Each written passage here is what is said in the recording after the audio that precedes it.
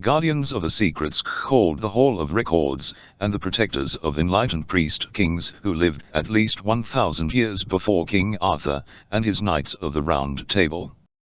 The remarkable history and wisdom of these two early sects of Jedi Knights was first introduced to the West by the Knights Templar, who upon returning from the Middle East in the 13th and 14th centuries, distilled Jedi histories learned from the Sufis into a series of lengthy Holy Grail legends.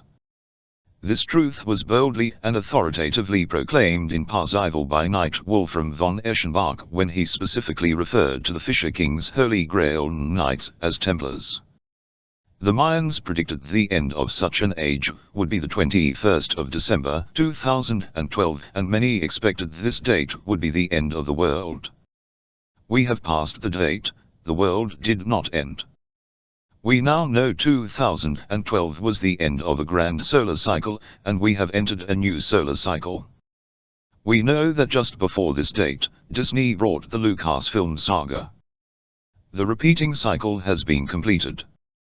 The Knights had inherited wisdom of the Force that had been passed down to them almost directly from their ancient, antecedent Jedi Knights. Thus, from at least one perspective, the formation of the Knights Templar in 1118 CE could be historically entitled the Return of the Jedi. But if this is true, what happened to the Templars' Jedi wisdom?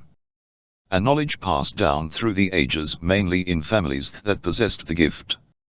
One family in particular have been mentioned many times with the Templars, the Sinclairs of Rosslyn Chapel, Scotland. We also mark the day they were thought to be caught and done every Friday 13th.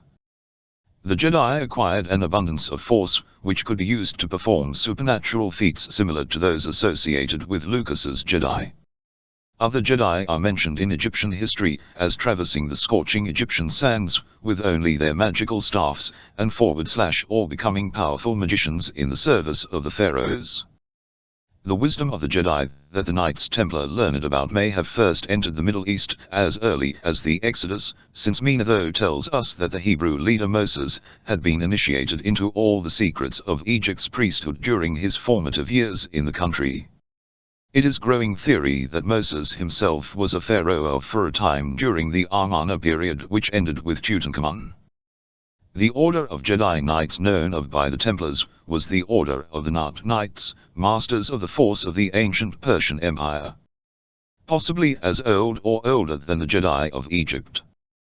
The interesting observation that King Arthur and his knights may have themselves been Sarmatian soldiers and members of a Roman legion stationed at what was Hadrian's Wall with orders to protect England from the marauding pigs of Scotland.